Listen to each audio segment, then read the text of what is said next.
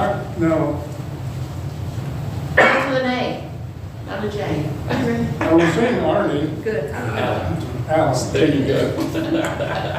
I knew I wouldn't get it right. You got A right. All right, good evening, everybody. I'm a little late by that clock. My watch says I'm right on time, though, so I'm going to go by that. And that might be, 7 o'clock. yeah, that up there might be a little bit fast. It's amazing, isn't it? What's the old saying, the boss is never late? That's right. Whatever time he gets here and start, That's that's the right. right time. I'm not the boss, though. I'm just the teacher. But I guess that's true for the teacher too, right? The teacher's not never late. He gets there. That's when it's time to start. I was running a little behind tonight. We got here a little later than usual. We were enjoying good fellowship though, and thankful for that. But good to be with each one of you on a rainy summer evening. But we're so thankful for the rain. We've needed it so much, so we are happy about that and thankful that the Lord has provided. We're going to continue tonight in John chapter 9, but before that, let's go ahead and have a word of prayer. Let's bow together. Wonderful Father in heaven, what a blessing it is to be gathered together tonight and share in this time of Bible study. Father, bless our time together. Help us to grow in our knowledge, to grow in our love for our Savior and our love for one another. Help us to learn to be open and to see what's right in front of us that you've provided for us and the good things that we learn from your word. Thank you, Father, for continuing to bless us every single day. We do ask your blessing on those of our number who cannot be with us. We know we have those that are sick and some dealing with long-term ailments. We lift each one up to you. Ask your blessing upon them. And also for those that are struggling spiritually, Father.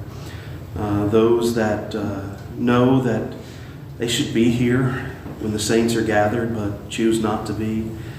Father, help them and help us if we can to help them to see how special it is and how important it is for us to be gathered together whenever we have the opportunity. And we ask, Father, now that, again, you would be with us during our time together. May everything that we do be acceptable and pleasing in your sight. We ask all in the name of Jesus Christ, our Savior. Amen. Amen. All right.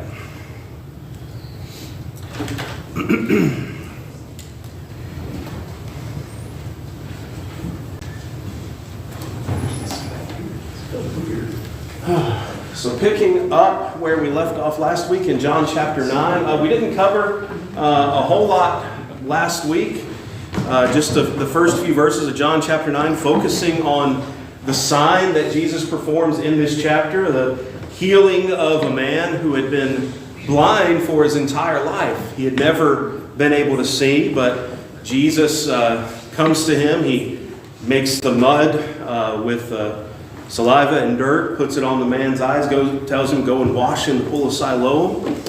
And that's exactly what the man does. He comes back seeing. He comes back able to see. We talked about a lot more things in that first little bit. The idea of sin being the reason the man was suffering. We touched on that as Jesus does here. We touched on some of the symbolism of light and darkness that we see in this chapter, and we talked about Jesus recognizing the shortness of his time. Here we are within 6 months of him going to the cross at the time of this miracle. So where we pick up this week in verse 8 is the way the man's neighbors, the people near him, responded to the miracle. It says in verse 8, the neighbors and those who had seen him before as a beggar were saying, is this not the man who used to sit and beg? Some said, it is he. Others said, no, but he is like him. He kept saying, I am the man. So they said to him, then how were your eyes opened? He answered, the man called Jesus made mud and anointed my eyes and said to me, go to Siloam and wash. So I went and washed and received my sight. They said to him, where is he? He said, I do not know. So his neighbors, people who had probably walked past him every day, who knew him, who had seen him, maybe even given him something to help him along during the day. This man, he was a beggar. That was what he had been resigned to in his life. They knew him, but when they saw that he could see, they were confused. They thought, I would probably be too. If somebody just saw all of a sudden, that I'd walked by every day and knew he was a blind man, all of a sudden he could see, I would probably be a little confused as well. That some, thought, well, maybe he just looks like it. Maybe he's just somebody similar, not actually the same person. But he insisted. He told them everything had happened. They told them everything about how his eyes had been open. He even knew that it was Jesus who had healed him. I find that kind of interesting. Compare that to, go back to John chapter 5. John chapter 5 and verse 12 and 13. This is the man, the lame man that was healed at the pool of Bethesda. They asked him in verse 12, "Who is the man who said to you, 'Take up your bed and walk'?" It says in verse 13, "Now the man who had been healed did not know who it was, for Jesus had withdrawn as there was a crowd in the place." So a little bit of a difference there because, that man didn't know. This man who had been blind and is now able to see, he knew that it was Jesus. But he couldn't say where Jesus was at that moment. And so after questioning him, his neighbors, they take him to the Pharisees. Yes? When we think he was looking at a blind man, I've seen people begging, and I've seen people they wear dark glasses and they dress up. And it's hard to tell Yeah. by today's standards. But this guy didn't have a pair of sunglasses on. No. He didn't have nice looking clothes, and he probably somebody guided him there, and they didn't wash every day like we do nowadays. So there was probably a distinct difference in the look just from when Jesus healed him and he washed his eyes, so now he's, his Yeah. whole face probably looks different. Sure. So that's why it was hard to recognize. That's just a thought. Yeah, I like that thought. I read something, somebody suggested something along the lines of how, sometimes they probably saw him but didn't see him. Like sometimes you pass people in the street and you see them but you don't see them, that kind of thing. And now all of a sudden they're looking at him face to face. They've never done that before. So they can't really recognize him. So that's kind of more on the, the sadder end of it. I like your thought too, though, that maybe just his whole countenance was different and they didn't recognize him for that. So that's a good possibility as well. In your way is more positive, so I do like that better. I like that because I used to deliver stuff to different offices in downtown Jacksonville, Florida. Yeah. And every time I get out of the car to go to, some beggar would want me to give, and I didn't carry any cash. Yeah. So I don't have anything to give you and that. But I've seen people, I've even had to almost walk over people to get in the door, that they were sleeping there at the door. Yeah. And so, I've seen a lot of these people like that. Yeah.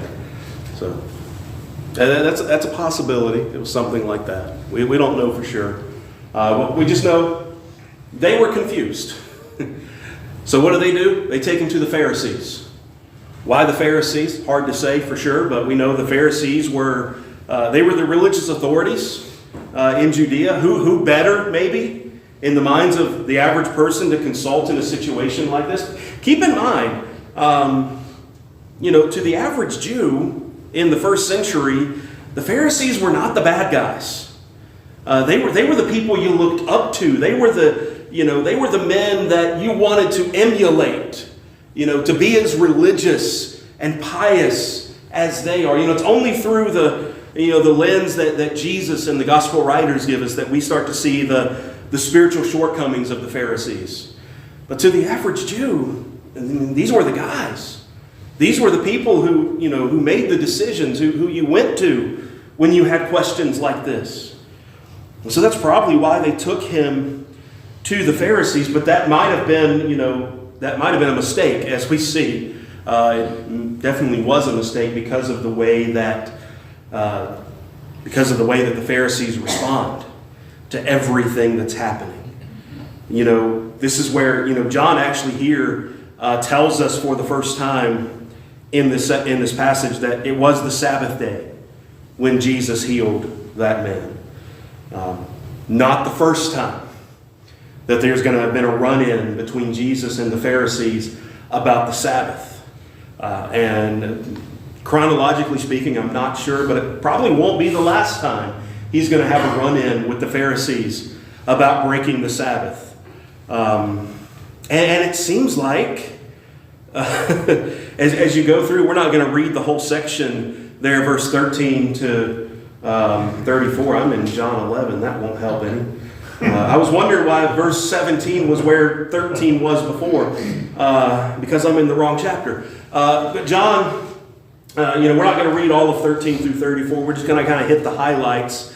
The main gripe, if you will, that the Pharisees have is the same one they've had at other times. In their minds, Jesus was breaking the Sabbath by healing this man or giving this man, I don't know if it was the making of the mud. They might have considered that work, or telling the man to go and wash. They considered that work. I don't know exactly where it came in, but to them, Jesus was breaking the Sabbath.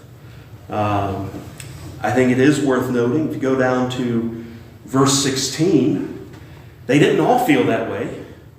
And we've kind of touched on this in previous chapters, that the Jews, the term John uses for the Jewish leadership, at times were kind of divided over Jesus.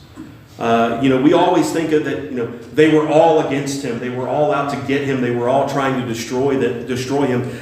But John does show us that there were some who weren't so sure, some maybe even who were on his side. Think about Nicodemus. We touched on, all the way back in John chapter 3, Nicodemus comes to him by night. And then I think it's in chapter 7, Nicodemus comes to his defense, asking, do we judge a man before, or by the law before we hear testimony? Or that's kind of the gist of it. I don't remember the exact wording, but, and we've seen in previous chapters that there seemed to be this divide. And here in verse 16, some of the Pharisees said, this man is not from God, for he does not keep the Sabbath. That's what we usually it's what we usually hear from the Jewish leaders. But others said, how can a man who is a sinner do such signs? And there was division among them. That's kind of a theme we've been seeing, especially since chapter 5, chapter 6 of John's Gospel, is this division. People not knowing what to think, people having different ideas about Jesus. And here we see even amongst the Pharisees, some stuck to their guns, if you will. Well, he's breaking the Sabbath, so he must be an awful person.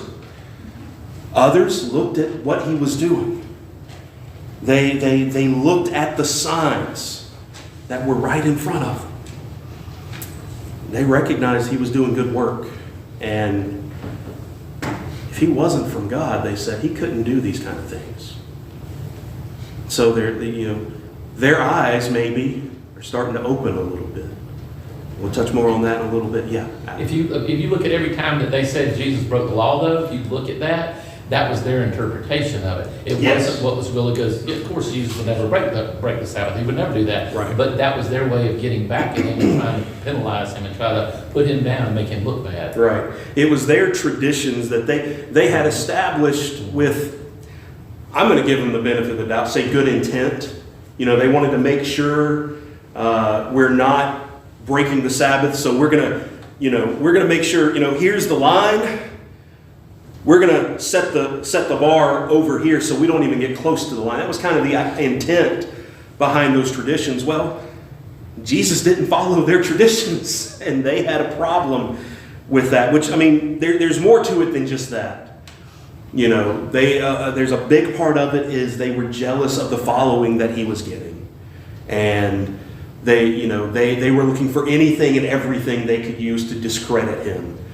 this was just, maybe like the lowest hanging fruit. He doesn't keep our Sabbath traditions, which they interpreted as he doesn't keep the Sabbath, and so he must be a bad person. He must not be from God.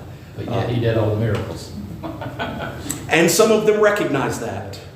Others, on the other hand, because of their bias, refuse to see what was right in front of their faces. Ray?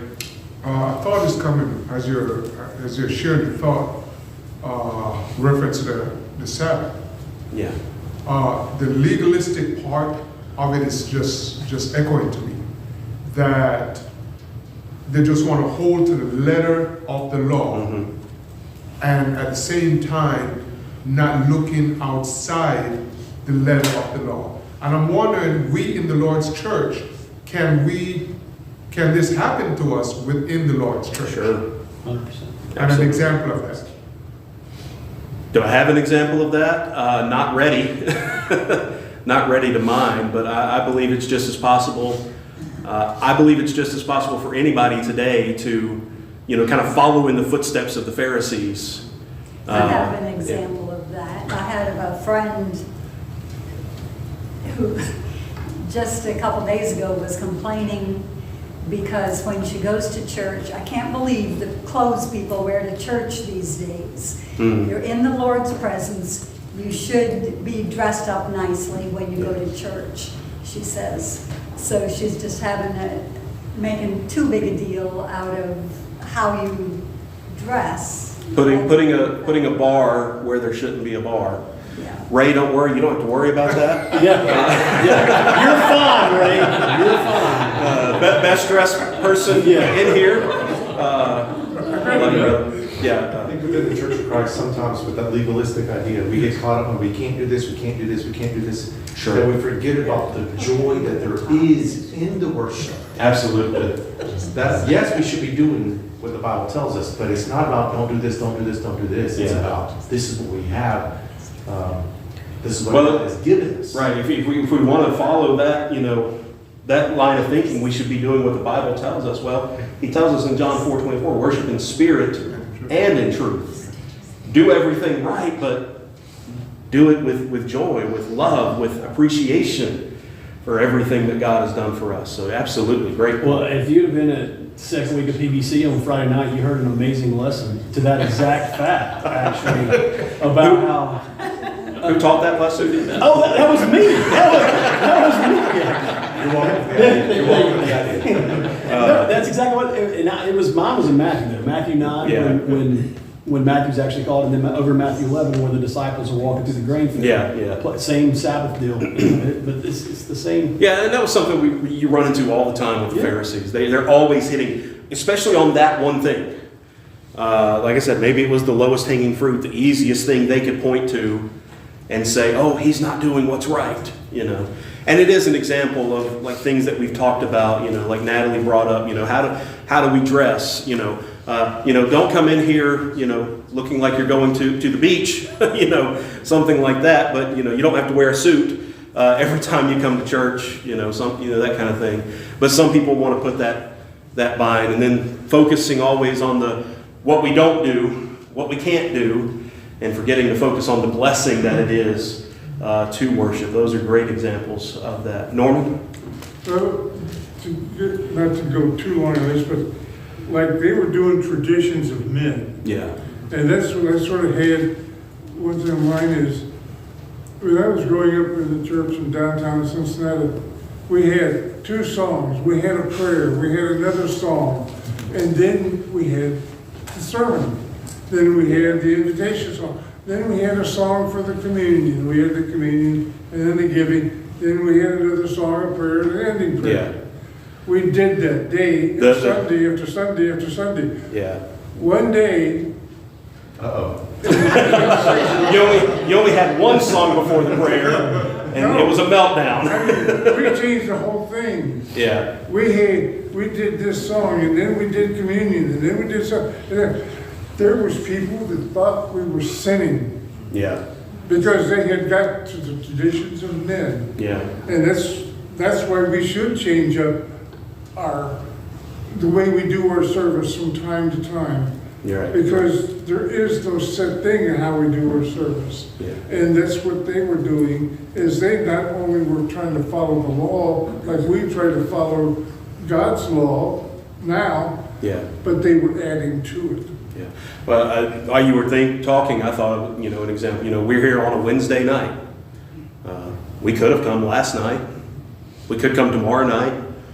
We could be here Friday. Whatever. We could do this any day of the week. We could have a second Sunday service at 2:00 on Sunday afternoon.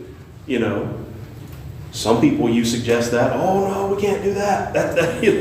It's tradition. Yeah. But I think as much as anything, the Jews were upset that he wasn't part of them. It was, they knew they were in charge. right. And they liked being in charge. And here's this man who's kind of messing up the system here. He'll say, yeah. And if he's doing the right thing, then he needs to be with us because we're doing the right thing. Yeah. So, I think they were just, as much as anything, upset with him because he wasn't part of them. Well, they had developed a bias against Jesus. By this point, they had developed a clear bias against Jesus, and that was preventing them from, seeing the evidence that's on display right in front of them. They wanted nothing more, it seems, than to have a reason to deny him, to be against him, to try to turn the people away from him. And that's what they were looking for right here. Clearly a miracle has happened. Here's a man, we don't know exactly how old he was. He was young enough, his parents were still living, but he was old enough, they said a little bit later, he can speak for himself. I don't know exactly what that translates to in terms of age, but he's a man. We say he's a grown man. He's old enough to speak for himself. He had been blind for his entire life. And now he walks in and he can see. Something has happened. Something not normal has happened. But they want any way that they can to deny what's right in front of them. So they question the man. They bring up the Sabbath argument. Well, if he was from God, he wouldn't be doing this on the Sabbath. They question the man's parents, asking, well, was he really born blind? And all his parents are willing to say is, yes, he was. And that's it. They were afraid. They didn't want to say anything else. And they question him again. They tried to get him to confess that he's done something wrong. But all he does is stands his ground. It says in verse 25, one thing I do know, though I was blind, now I see. He had, he was following the evidence. We talk about that. If you study apologetics, Christian evidences, we talk about that a lot. Follow the evidence where it actually leads, not where you think it's going to lead, but where it actually leads. That's exactly what this man was doing. He said, I was blind, now I can see. Almost like he's saying to these Pharisees, you know that I was blind, now I can see. The ball's in your court. What are you going to do about it? Or what are you going to say about it? And they continued looking for anything and everything against Jesus. Even down to the point of, comparing him to Moses, saying, we follow Moses. We're not following anybody else. And that man replies, we see down in verse 30, he kind of doubles down. They said in verse 29, we know that God has spoken to Moses, but as for this man, we do not know where he comes from.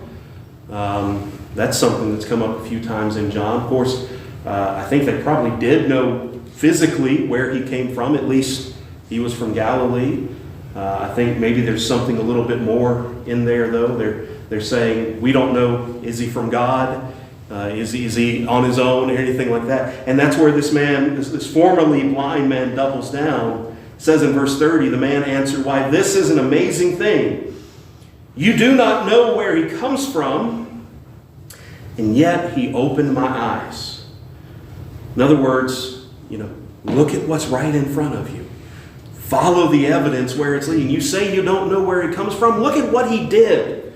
He continues in verse 31, "We know that God does not listen to sinners, but if anyone is a worshiper of God and does his will, God listens to him. Never since the world began has it been heard that anyone opened the eyes of a man born blind. If this man were not from God, he could do nothing." So he says, they said, "Well, we don't know where he's come from." He comes back. What else do you need? What more evidence do you need to know that he's from God? Of course, their willful blindness persists. Go back to the title we gave this lesson. There are none so blind as those who don't want to see. And that's these Pharisees in this case. They were so willfully blind that rather than they accept the logical conclusion that the evidence points to, they insulted. Said in verse 34, "You were born in utter sin. You're not good enough to stand before us and try to explain things to us." It says at the end of verse 34, they cast him out. Probably meaning they cast him out of the synagogue. They excommunicated him from fellowship because of the things that he was saying, because he was saying that Jesus, based on the evidence, was from God. I don't know who was first. He was first and then me. Okay. I think it's interesting that I think they were developing a huge amount of jealousy and animosity because not one of those Jewish leaders could perform those miracles, yet Jesus was there doing that, and he was stealing their thunder, just like Gene said a while ago. They were in that authority, and they did not want to lose that, so all they could do was belittle him and try to make him look bad by saying what they were saying. So they were doing that just to try to say, hey, we got the authority, he doesn't need to do this, even though it was right there directly in front of them. And we've been kind of seeing that throughout John. You go back to chapter 8 and some of the things they said to him there, even to the point of, we weren't born of sexual immorality. Some writers think, well, what they were saying because of, Jesus' unique birth situation, they were saying, well, he was born of sexual immorality. Mary was with another man besides Joseph, and that's where Jesus came from. Trying to insult him, trying to discredit him, trying to discredit people who were following him. We see it. We've seen it over and over again. We're going to see it more as we go on. Yeah, Norman. Every time I read these, like he was born blind and Jesus healed him. Yeah. He was lame.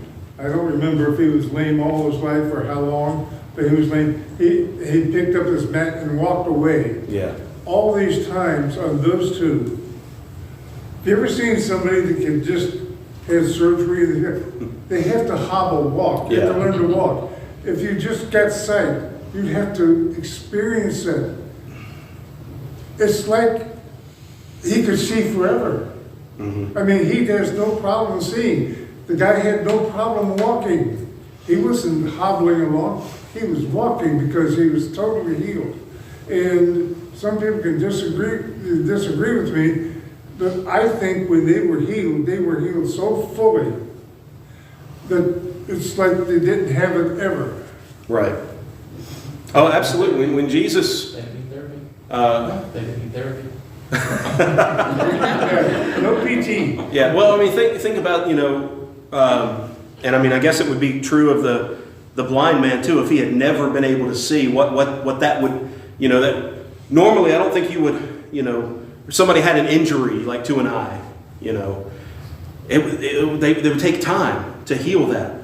They would keep it covered up most of the time. You wouldn't want to expose it to too much light, but this man suddenly comes back able to see, as though, as you said, he had always been able to see. The lame man, I think, I'd have to go back and look at him. I think it was like 40 years he had been unable to walk. I can only imagine, the atrophy of his muscles and things like that. Normally that's going to take time. But Jesus told him to get up and walk, and he got up and walked. Like you said, no PT, no physical therapy, no months of going through all of that and relearning how to walk. No, he got up and walked, just like that. And we see that anytime Jesus heals. It is complete. It is thorough. It is perfect in every way. And again, just more painting the picture. John is giving us the evidence, right? Going back to what we've said before. John is, we're in the courtroom. Jesus is on trial before us, whether or not we're going to believe in him or not. John is he's the attorney. Here's the evidence.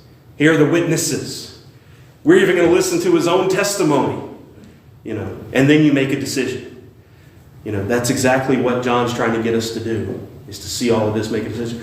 But Jesus, even during his ministry, was doing these things. And as we go through, we see, people believing in him, trusting in him, because they see the evidence. And then those who refuse, who are willfully blind, don't come to the light. Yeah, Mark. I think it's easy to judge the Pharisees, but I also think we need to see how this applies to us as well. Mm-hmm. I think fear and pride, they blind us often. Mm-hmm. How often have you seen somebody who's has all the symptoms of maybe heart disease or shortness of breath, they have chest pains, they don't go to the doctor because they're fearful of what the doctor might tell them about their condition. Or maybe you have a child that's going on the wrong path and you see all the evidence that shows that they're heading down a bad road, and yet instead of actually taking that evidence, your pride doesn't see that, so you kind of blind yourself. I think it's very easy for us to be judgmental of the Pharisees, but it's their fear of losing their status, it's their pride that's blinding them, and we can all still do that. I think that's an excellent application. In short, this thought of willful blindness can apply to so many areas of our life. I think that's an excellent point.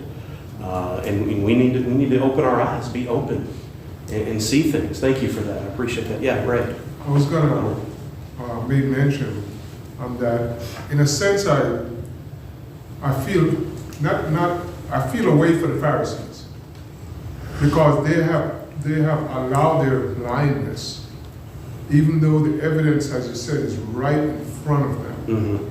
For whatever their excuses were, they have allowed their blindness not to see the truth. And at the end of the day, their salvation is at risk.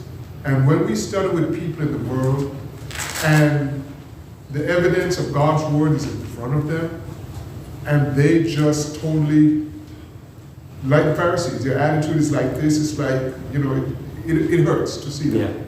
Yeah, I agree. And we're coming at this with like a handful of specific examples that John and the other gospel writers gave us. I mean, John himself even said if he wrote down every one of these miraculous things that happened, the world couldn't contain the books. Yeah, John just gave us the Cliff Notes version. We're getting like he gave us the highlights of these Pharisees seeing it, but this was clearly happening. Yeah, I mean, just a lot. So for them to still be so willful, and it's been happening at this point for 2.5, 3 years that Jesus has been in his ministry. And again, it comes back to the willful blindness. They didn't want to see because of their envy, because of their fear, their pride. They were the ones in power. They didn't want to be wrong. They wanted to stay in power. They didn't want to be wrong. They were jealous because of the following that Jesus was gaining. And all of these things, they're looking for reasons to be against him. And they continue, it's like, what's the see no evil, hear see no good, hear no good, speak no good. They didn't want to see it. And that's the contrast we have in this chapter. Here's the blind man who began his life we would say, lived his whole life up to this point in physical darkness, unable to see. But as the story progresses, not only does he get his physical sight, but as he's able to see more of the evidence of the truth, he not only emerges, he not only receives physical sight, he emerges into spiritual sight about Jesus and realizing who he is. It's one of my favorite things. Hold on a second, then I'll come to you. And Norman, I saw you as well. One of my favorite things about this chapter, and I know I've shared this before in the past, is to go through this chapter and see the progression that this man makes in his understanding of Jesus. If you go back to verse 11, when his friends, his neighbors first ask him what happened, he calls Jesus the man called Jesus. Made mud, put it on my eyes, told me to go and wash. I did. I can see. Look a little bit later in verse 17 when the Pharisees start questioning him. It's more, now he's more than just a man. Verse 17, they ask him, what do you say about him? Since he opened your eyes, he said, he's a prophet. You see how much, those are two, that's a different understanding. He's believing, he's growing in his faith, his understanding of who Jesus is. You look a little bit further down to verse 32 and 33. We read this. Never since the world began has it been heard that anyone opened the eyes of a man born blind. If this man were not from God, he could do nothing. And, maybe prophet and from God, those kind of go hand in hand, but still we see this progression. He's a prophet, but even more so, he's from God. Maybe he's even thinking in a special way, not just like one of the prophets who spoke from God and like Elijah or Elisha who did wondrous things on behalf of God, but maybe even going a bit further. This man is from God. Maybe he had heard things about Jesus, some of the things he'd been doing, some of the things he'd been saying, but nevertheless, he is coming to understand. And then finally in verse 35 through 38, Jesus heard that they had cast him out, and having found him, said, do you believe in the Son of Man? He answered, and who is he, sir, that I may believe in him? Jesus said to him, you have seen him, and it is he who is speaking to you. He said, Lord, I believe, and worshipped him. And don't miss the significance of that title, the Son of Man.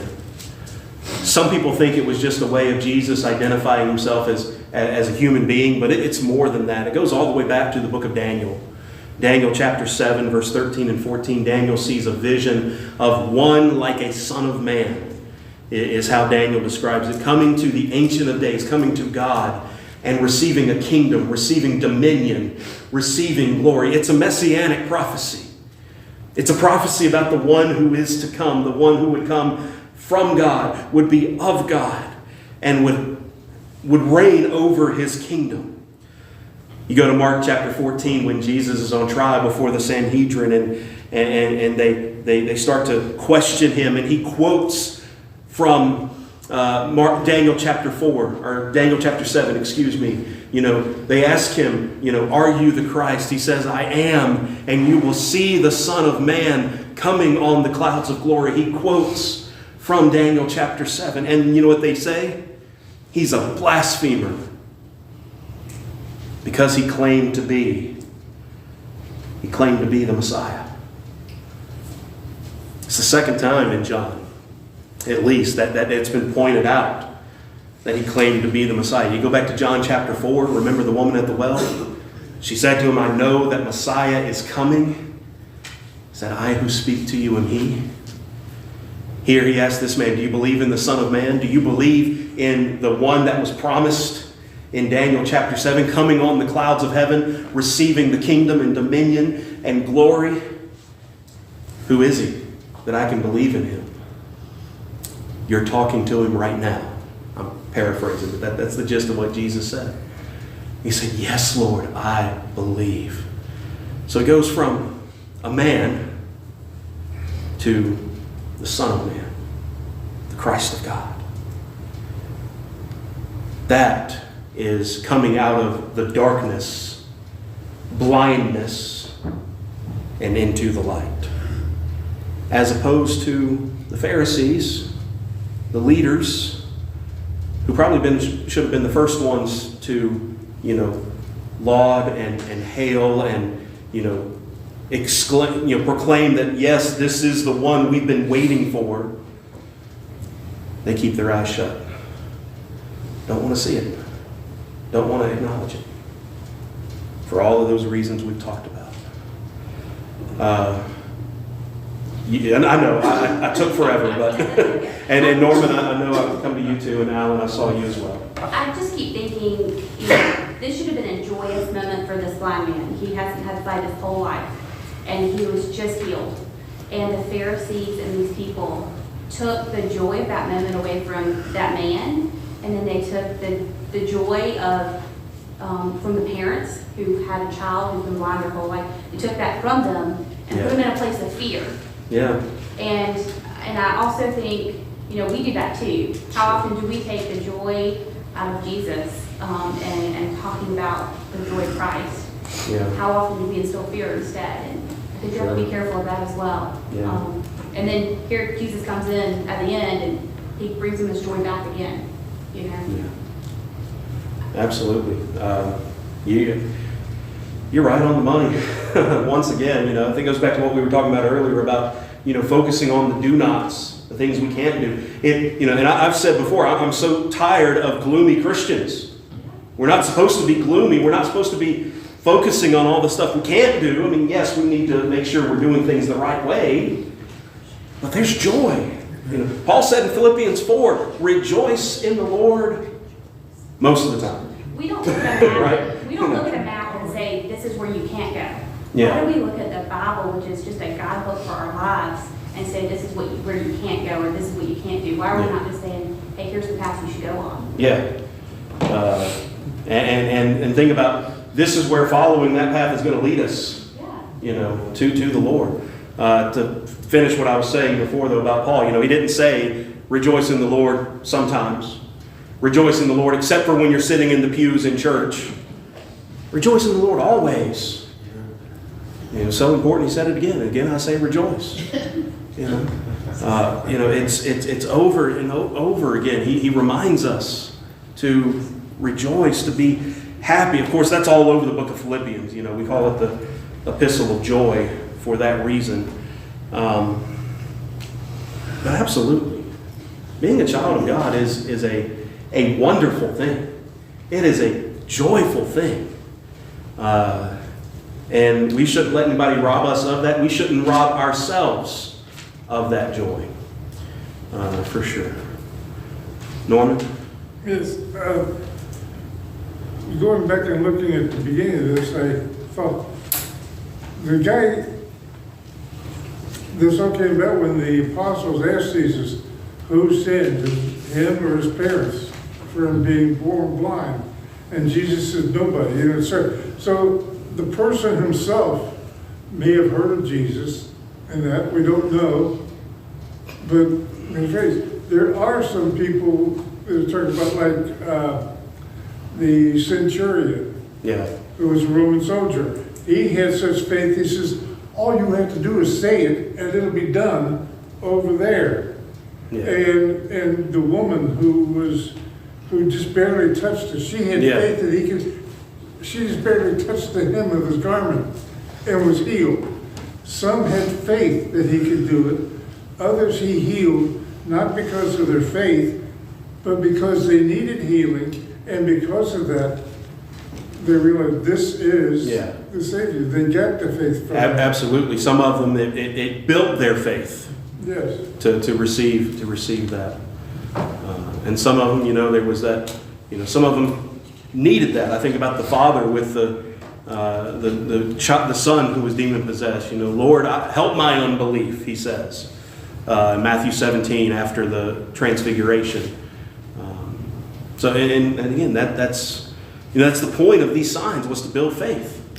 To strengthen the faith of people around him, even if they already believed. Built it even more. Alan, you were next, Okay. and then we're out of time, so.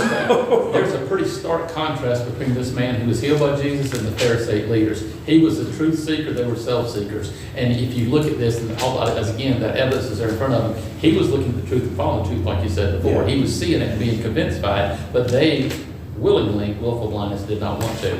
But it just shocks me how you can see those things in front of you like that and still go, I don't care to see it, this is what I believe, I'm going to seek my power and authority over everything else, is what they were doing. I mean, right there in the face, and they just blew it away. It blew it away. I think that touches on what Ray was saying earlier, that, we have it all right there, and still some are willfully blind to it, and it's heartbreaking. It's terrible that happens, but, as Solomon said, there's nothing new under the sun. You even go back to the beginning with Adam and Eve. What special things that they had, and well, it's not enough. I got to have a little bit more. Wow, that did not feel like 45 minutes. But y'all are awesome tonight. Thank you so much. There's some great comments, some great thoughts that we've shared. Go another 45. I could. But some people might want to get home. I know some people got to work in the morning, might want to get home and get in bed. So we'll put a pause there, and we'll pick up next week, the Lord willing. We'll finish. You finished this, chapter 10. A couple more verses in chapter 9 that a couple more things we want to touch on, and then we'll dive into chapter 10 next week. But thank y'all so much for your attention, your comments, your questions. It was really a blessing, and hope we can pick up next week. Thank y'all.